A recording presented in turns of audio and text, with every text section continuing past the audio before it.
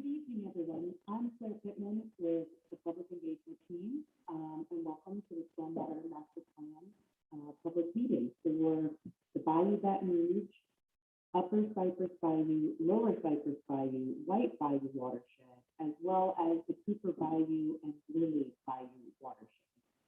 So we really appreciate you guys taking the time this evening to join us.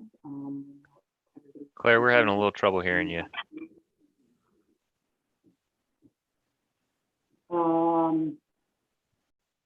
Okay, we have a lot of great information for you this afternoon. Hold on one second, we're getting some feedback that people can't hear me.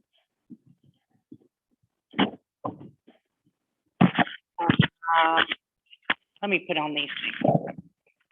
All right, so for those of you who didn't hear me, my name is Claire Pittman. I'm with the Public Engagement Team, and let's get this public meeting going. So first of all, we'll go through this quick presentation, and then we will open it up for you guys to ask questions.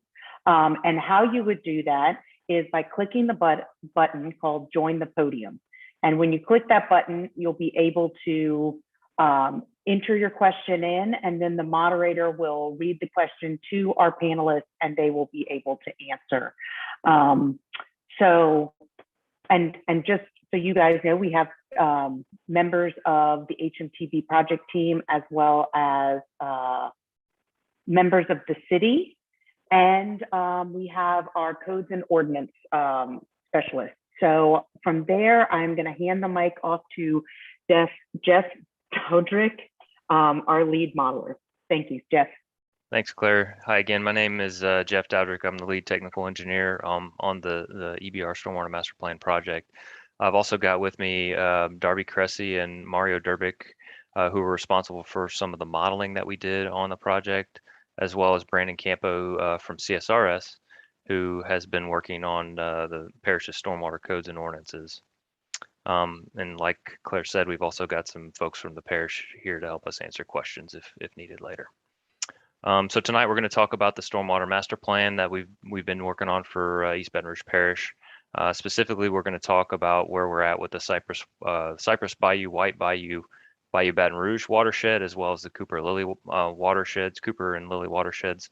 And so the purpose of the Stormwater Master Plan is to help identify flood risks throughout the parish, and then figure out what we can do to mitigate those flood risks through risk reduction projects.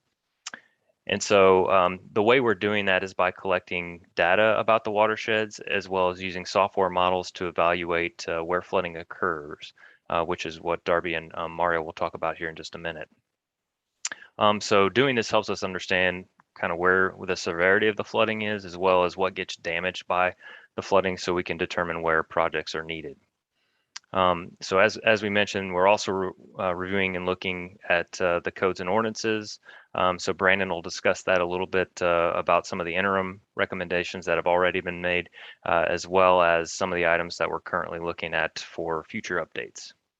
One thing I'd like to note about what we're doing with the Stormwater Master Plan is that we're primarily focused on where we can impact the greatest number of properties in terms of flood damage reduction. So, we're not necessarily looking at every individual property. However, we really are sensitive to that. We understand that everybody's situation is important and different. And so we hope to address as many issues as we possibly can through the implementation of recommended solutions and policies. So we're just going to give you an overall project status of where we're at specifically with this watershed. Keep in mind, we're still in the process of assessing some of these things. So some of the information we're providing tonight is preliminary. Next year, as we finish this project out, we'll be doing another public meeting to kind of talk about the final projects and recommendations for this watershed specifically. So I'm going to hand it over to Darby, and she's going to talk about the characteristics of these watersheds for you. Okay, good evening, y'all. As Jeff said, my name's Darby, and I'm just going to give y'all a brief overview of these two watersheds. So what we're looking at right here is actually our watershed delineation map, which was created by the project team in order to better evaluate flood risk for this area.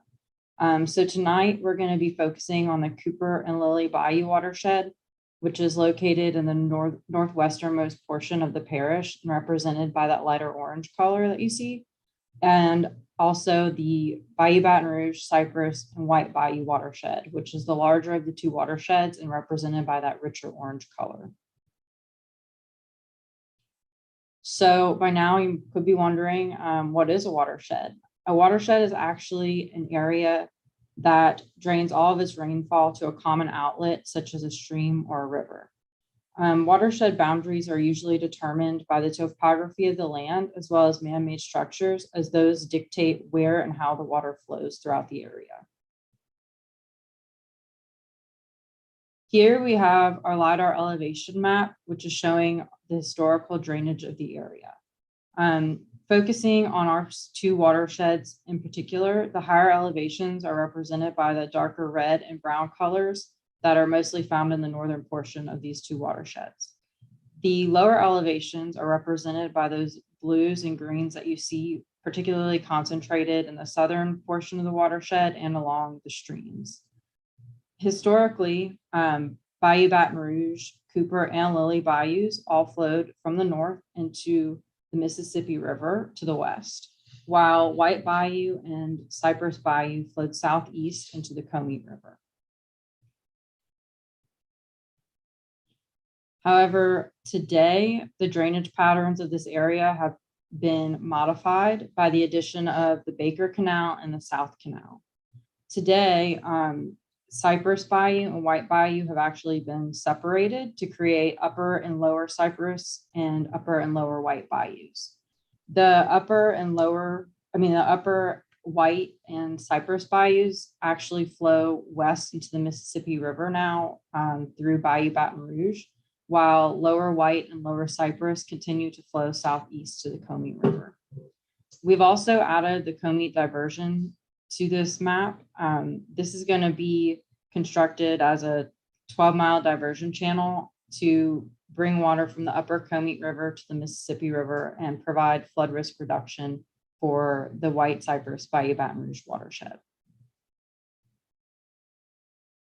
Here we have our FEMA special flood hazard map, which actually includes the FEMA 100-year floodplain represented by that blue shaded area, mostly on the eastern side of the watershed. That's primarily because that's where the Comey River as well as the White and Cypress Bayous are.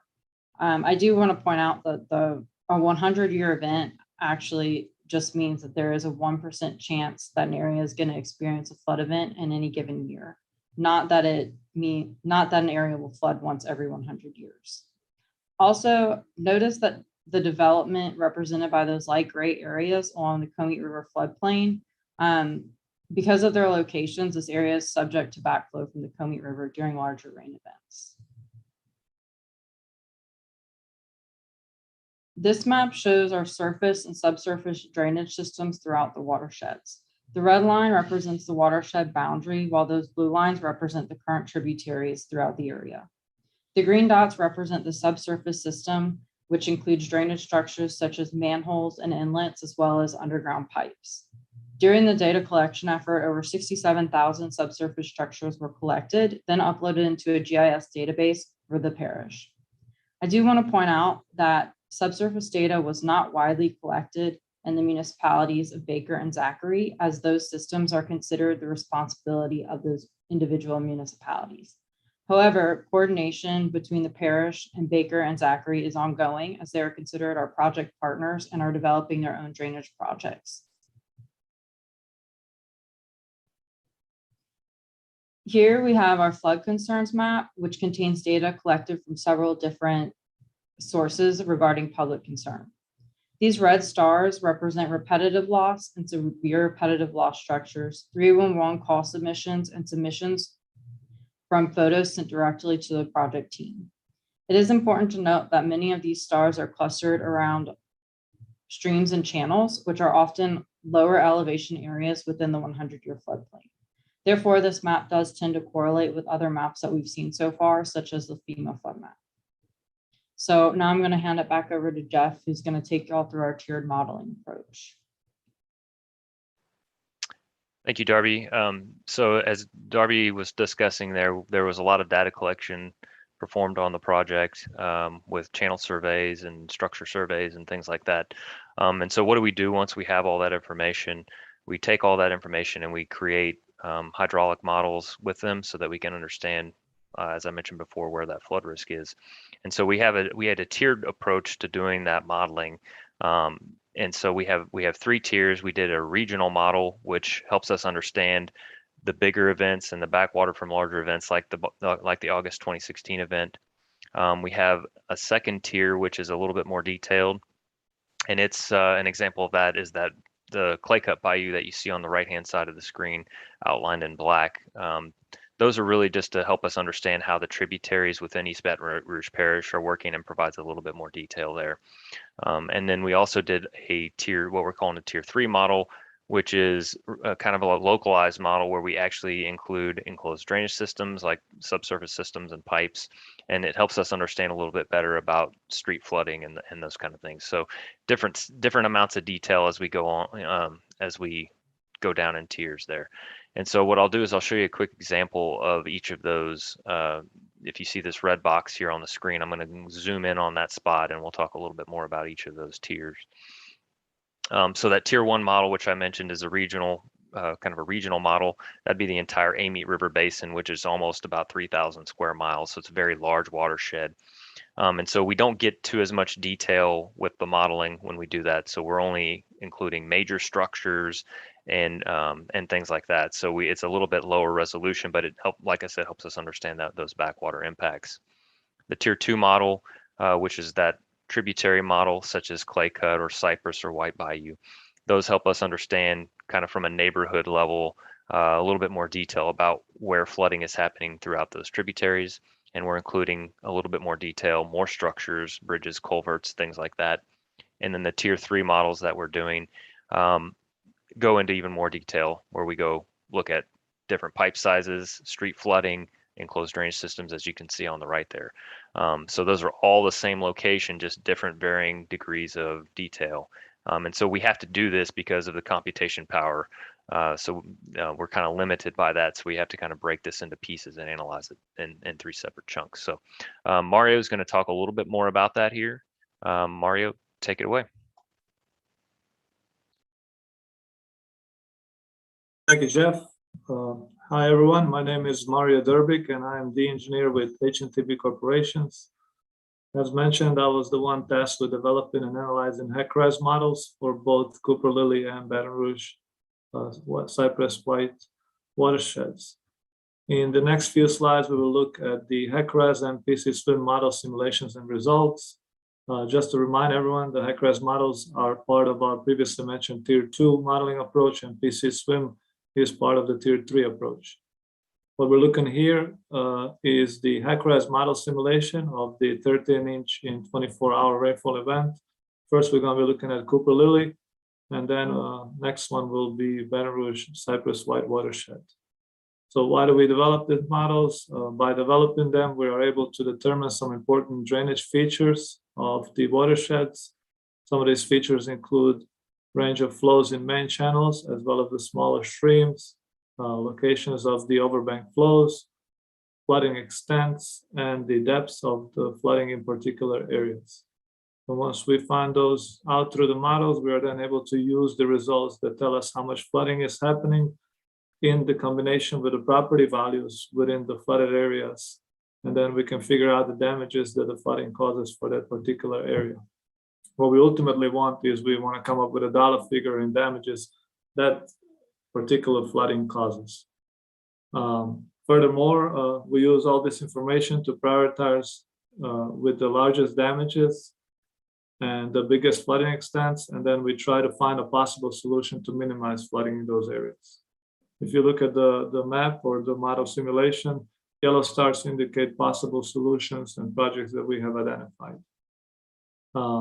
As an example, we'll look furthermore into these areas that are indicated in yellow. just to show you what we're talking about in detail. So for the area 1, which is in the Bayou, Baton Rouge, White Cypress, Bayou Watershed, the stream here you're looking at is the White Bayou. And what you see here is the water surface elevation color map animation with flow arrows indicating which way the water flows. Pointed out are the representative elevations for those locations. This is the 13-inch rainfall with a duration of 24 hours, which is roughly equivalent to the 100-year flood event. If you pay attention to the 2 locations of the called out culverts, one on the main street there and the other one on Lower Zachary Road, you can see that the water surface elevations upstream of the culvert are significantly bigger than the water surface elevations downstream. This usually is a good indicator that the culvert is restricting the flow of the water and creating ponding or backflows upstream of it. So possible solution here for us would be to enlarge those culverts along White Bayou at the main street and Lower Zachary to help improve flow of the water and eliminate the restrictions. For the second area, this is a little bit different animation here. We're looking at the depth color map animation with the flow arrows. This is still the 13-inch rainfall with a 24-hour duration. Throughout both of the watersheds, there are areas where water naturally wants to flow and areas where water is being held from moving fast. These are typically green spaces, bushy areas, or the wooded areas. It is really crucial for us to keep these areas from being developed. They are protecting areas downstream from being overwhelmed during the larger rain events. If you look pointed out in those 2 red polygons are the 2 possible preservation areas that we would like to keep in their natural conditions and not being further developed. Another thing, as we are coming up with a possible solution, it is important for us to know what projects are ongoing. Here are a couple of projects that City of Baker and East Baton Rouge Parish are currently doing. So the one indicator with a star is the HMGP project, is the Groom Road and Closed System Improvements. This project is going to be done by the East Baton Rouge Parish. It's been approved by FEMA and it's an ongoing project. Another one that is ongoing by the City of Baker is the channel improvements along the Brushy Bayou. So all this in combination with our projects should help this area with the flooding extents. We look at the third area of concern. What you see here is the depth color map animation, but this time this is from the PC Swim model. The simulation is done with an 8 inches rainfall with a duration of 6 hours, which is also equivalent to a 100-year event when you model in the PC Swim. Orange marks are the homes that indicate flooding, and red lines are the structures that have been surveyed in the model and put in. One of the things that this area represents is what we call mixed drainage system. Mixed drainage system is an area which are not your typical non-curb and gutter neighborhoods. They usually consist of roadside ditches and driveway culverts or yard inlets. If not regularly maintained, these structures in mixed system areas tend to get clogged up and they do not perform as intended to be or as designed. So the possible solutions here would be the replacement and enlargement of the culverts, as well as the channel improvements along the 2 channels that are shown there. And lastly, the fourth area, this one is actually in the Cooper Lily watershed. This one is very similar to the area 1 that we looked at, and what you see here is, again, the water surface elevation color map animation with the water flow. And the pointed out are the elevation locations. This is also the 13-inch rainfall with a 24-hour. If you pay attention to the called-out culvert, you can see again the water surface upstream of the culvert is significantly bigger than the water surface downstream. Again, this is a great indicator for us that the culvert is restricting the flow of the water that is creating ponding or backflows upstream of it. An obvious possible solution for us here is to enlarge the culvert to improve flow of the water and eliminate those restrictions that is caused by it. And those were the 4 areas that we just looked at. Those were not the only 4 areas, those are just the example areas that we wanted to share with you guys. Overall findings from the flood hazard analysis, we know that Cooper and Lily Bayou are not impacted by the Comey River. They drain directly to the Mississippi River. Bayou, Baton Rouge, White watershed drainage is dictated by various man-made channel diversions throughout the history. Lower area of Cypress White is impacted by rainfall and backwater from the Comey River. Events during the large events, Comey River backflows through South Canal and Baker Canal and into the Mississippi River, which is not its natural intended route. And then the obvious big one here is what you see in the picture. Comey diversion is going to have a significant impact on the flood risk reductions, and we hope it's going to help these watersheds significantly. From the analysis, we were able to come up with the potential solutions for these areas, and those projects vary. And as we mentioned, floodplain preservation and stream setbacks are really important. We're going to focus on those. The obvious one from the area analysis is the bridge and culverts enlargements, channel capacity improvements, and closed system improvements, and we're going to try to create some overland flow route areas. Even though we were not tasked with studying Baker or Zachary areas, these areas that are shown in those municipalities, we'll certainly share our information and coordinate with each of those municipalities as the project goes on, so they will not be ignored. And I will turn it back to Jeff. Thank you, Mario. So what we want to talk about here is, we're not, the parish isn't waiting for the end of the stormwater master plan to make progress here with flood risk reduction. So there are a number of ongoing activities that are helping to reduce flood risk throughout the parish. And so, like, one example of that would be the funds from the American Rescue Plan are being used currently right now to address maintenance concerns throughout the parish. And additionally, there'll be more money in 2022 that'll be used to help clean out subsurface systems and ditches and channels and things like that. So that's one thing that's ongoing. We also have multiple projects through FEMA, their hazard mitigation grant program. And I've got a couple of those lists are shown on here. Segan Lane is in the upper left-hand corner there. That's a project where we're doing some adjustments to Ward Creek at the Segan Lane Bridge. We're also working with the Louisiana Watershed Initiative, so there are a few projects that have been approved through that. One of those is the Bayou Plancher floodplain preservation project, which is the one in the lower right-hand corner. We've also been looking at policies, so there's already been interim policy recommendations that have been made and implemented, which Brandon will talk a little bit more about here in just a minute. And then so additionally, some home buyouts are being also taken care of right now for the severe repetitive loss and repetitive loss properties that where they see flooding a lot. And then projects by others, such as the Comey diversion. So the Corps of Engineers is obviously doing that one, but that'll have a big lasting impact on this watershed specifically. So that's an important one to think about. So the parish is also working on other drainage projects on an ongoing basis. So there is efforts ongoing as we continue to develop this plan. And regarding maintenance, since we get a lot of questions about this is just a map of the Cooper Lily on the left watershed, as well as the White Cypress Bayou Baton Rouge watershed here, the bigger one. And the dots that you see there, different colored dots, indicate the different amounts of sediment. And so, Darby showed the map with the 60 or 70,000 structures, whatever it was. And so these are just the ones where we had sediment and indicated where maintenance may be needed. So the red dots are where we had more than 75% of sediment in the system or in the subsurface system at culverts or pipes underground. And then the orange is 50 to 75, and the green was 25 to 50% full. So this is being used by the parish to help figure out where the biggest needs are for cleaning out structures. And so I know that work is ongoing, as I mentioned, as part of the American Rescue dollars that are being used for maintenance.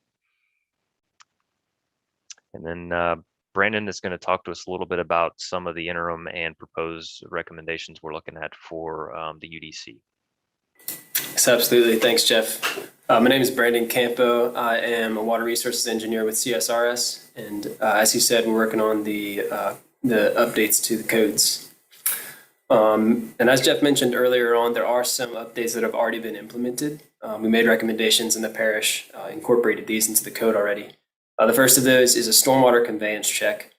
So what this does is a proposed development is required to do a drainage impact study, and when they are, they also have to include a conveyance check, which is a model that they'll have to submit, which helps to ensure that they're not going to affect properties outside of their site. We also were able to get some green infrastructure prioritization built in. One of the images on, I think it was 2 slides ago, was one of the standard cross sections from Move BR, and those are green infrastructure cross sections. So that's one of the ways that we are encouraging the use of green infrastructure in low impact development. Then we also recommended clarifications to Chapter 15 of the UDC, which is the chapter that deals with drainage and stormwater management. And those changes were aimed at making the current ordinances and the intent behind them more clear and easy to understand.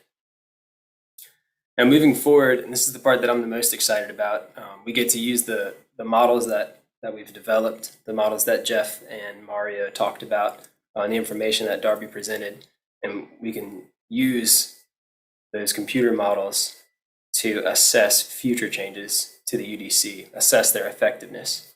So some of the changes that we're looking at include raising the minimum slab elevation. So right now, the standard is the base flood elevation plus 1 foot. But there are benefits to raising that minimum slab elevation, and we can use the models to actually estimate the dollar amount in damages that will decrease. Other things that we're looking at are protecting natural floodplain features.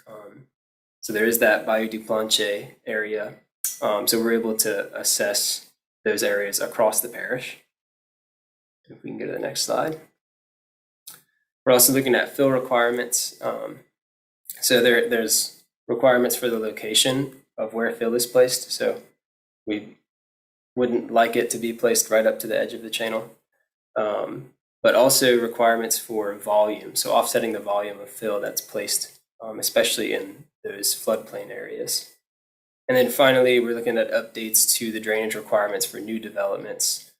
So those updates will deal with their internal drainage systems and their detention ponds. And with that, I'll turn it back to Jeff. Thank you. Thanks, Brandon. So the last slide that we'll present on here is just where are we at schedule-wise, and when is this project going to be done? So we've wrapped up the data collection and the modeling assessment, as we've kind of talked about here today. We're in the process of coming up with projects and those flood mitigation measures that Mario talked about a little bit. And we're continuing to work on the codes and ordinances updates as Brandon discussed. So we're kind of wrapped up the first two rows there, and we're working on the rest of them now, especially the second or third and fourth rows there. We're also continuing to work on developing the report that will go along. This is the final deliverable for the project, as well as the capital improvement plan, which will lay out the funding and financing and prioritization of the projects for the entire parish. And as the last row there indicates, we are continuing to work on public outreach throughout the entire process. And after, again, as I mentioned before, after we're done with the project, we will be reaching back out to the public in each watershed to kind of give an indication of the final recommended projects for each of the watersheds there. So with that, I will pass it back to Claire to kind of wrap us up here and ask any questions. Thanks, Jeff. Wow, lots of good information, I think, that we learned tonight. So we did have one question already come through asking if this is being recorded and is it going to be available? And the answer is yes. So at this time, we'd like to remind you that you can enter your questions, comments, whatever you may have with that join the podium button. And remember, if you enlarge the screen, reduce it back down, and then you'll see that join the podium button. So like I was saying about contacting us and is this going to be recorded and where do I access it? All of this information, as well as all of our fact sheets, presentations, are all on our website at stormwater.brla.gov. You'll find upcoming events. You'll find this great open house presentation that kind of gives you an intro and more information about the Stormwater Master Plan. We also accept questions, feedback, photos, at info@stormwater.brla.gov. And you can also share questions, comments, feedback, photos through your social media accounts. So we're on Instagram, Facebook, and Twitter. So right now, I'd like to open it up to whoever may have any questions. Again, click that join the podium button, type in your question, and we will get that read to our panel and they will take a stab at answering it. So let's see what we have. Our first question is someone wanting to view the master plan maps.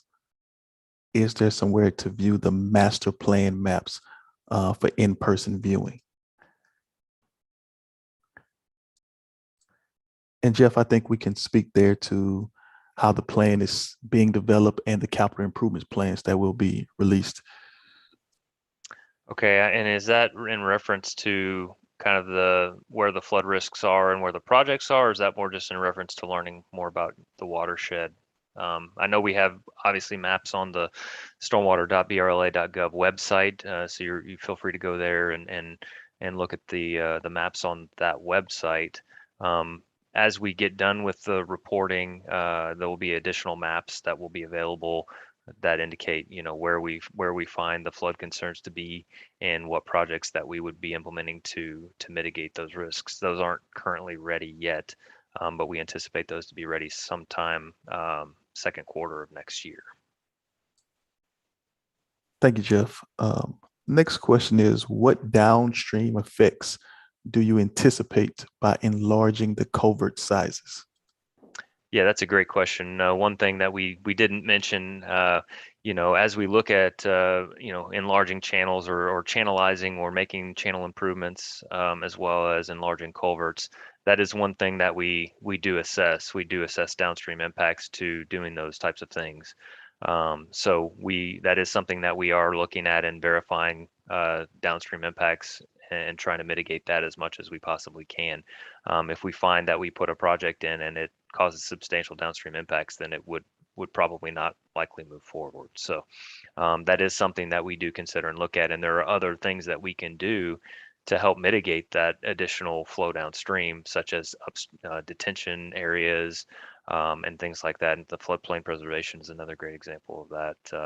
So we do look at that and we do consider that as we look at these projects. I think the intent of what we're doing here is to not cause harm upstream or downstream here. We want to try to put together solutions that don't cause additional harm or impacts. So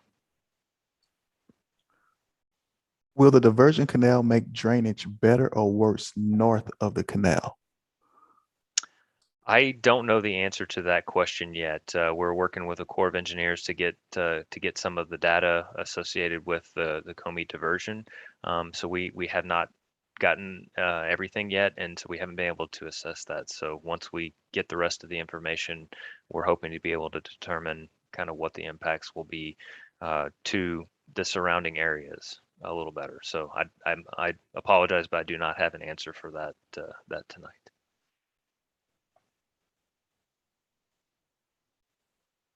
All right, there's a question about wanting to know why Baker and Zachary were not included in the plan. I think I'd probably have to defer that to someone from the parish to kind of indicate that.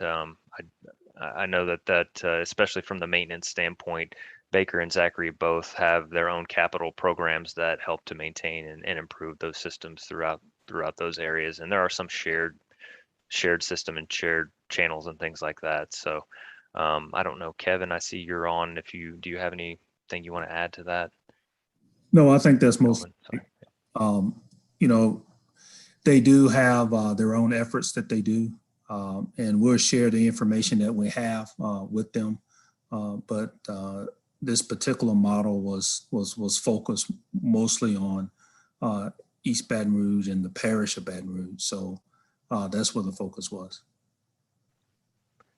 Yeah, and I would also say there maybe you know, Central is in the same boat, the city of Central, so it's just conveniently located on kind of between in its own watershed. So All right, there's a request to go back to one of the previous slides where we outlined the areas and talk more about area 1 and the potential solutions that you referenced in that area.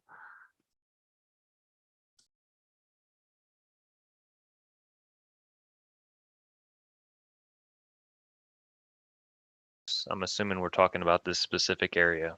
Again, I want to make sure that everybody understands these are just very preliminary results. So we've just kind of completed the modeling and looking at where we see these things. But none of these projects that we've listed here are set in stone yet. So we're actively looking at these right now. Was there a specific question on this area, Jonathan, that came up? Yes, that specific area was referenced and wanted to know when, but you answered that by saying that it's still preliminary. Okay.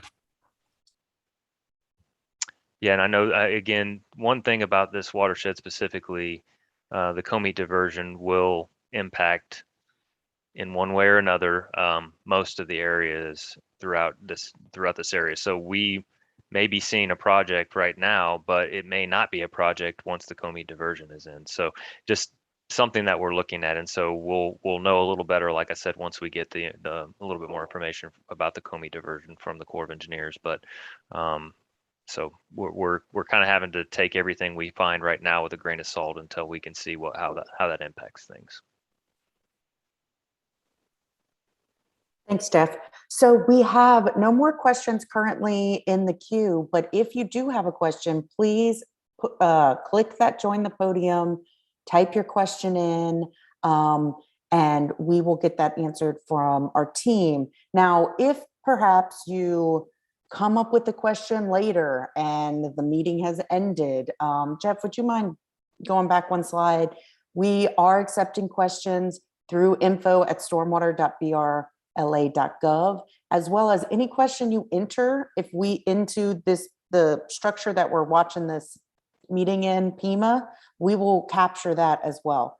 There's also another form through the website. All of that goes to the same team, the public involvement team, as well as, and it gets forward to our modelers and the team members who can answer your questions. So if you come up with a question later, that's okay. We will get an answer back to you. And we are also capturing all the questions from tonight and we'll email you a response. It's kind of the whole reason we use this different structure to host our public meetings. It's so we can capture those questions, have your email address, and get an answer back to you. So let me check with our moderator. When do you anticipate the Comey diversion canal being completed? That's a great question. Obviously, certain portions have already been constructed, like the Lily Bayou drop structure, and they're currently replacing some of the bridges along the alignment, as well as doing some clearing and grubbing, as far as I understand, of the channel alignment area. I don't have a date. That would definitely have to be directed towards the Corps of Engineers. I think they've indicated it would be done as early as next year. But I don't know that for sure. So definitely would have to touch base with someone at the Army Corps of Engineers to kind of have a better understanding of the timing on that. So. Does the plan ensure that properties north of the canal will be protected? Like I said, I don't know if we can assess that yet. And if we did find something, we would have to coordinate closely with the Corps of Engineers to help have that discussion. So.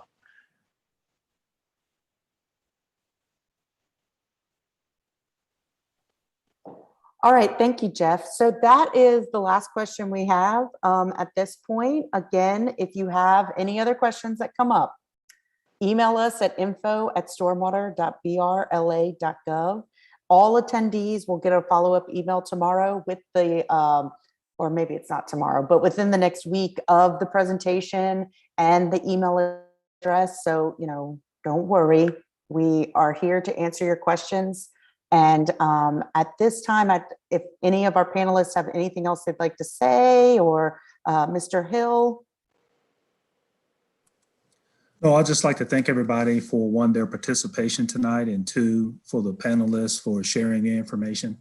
It is our spirit and intent to keep you informed and to let you know how we're progressing with our stormwater master plan work.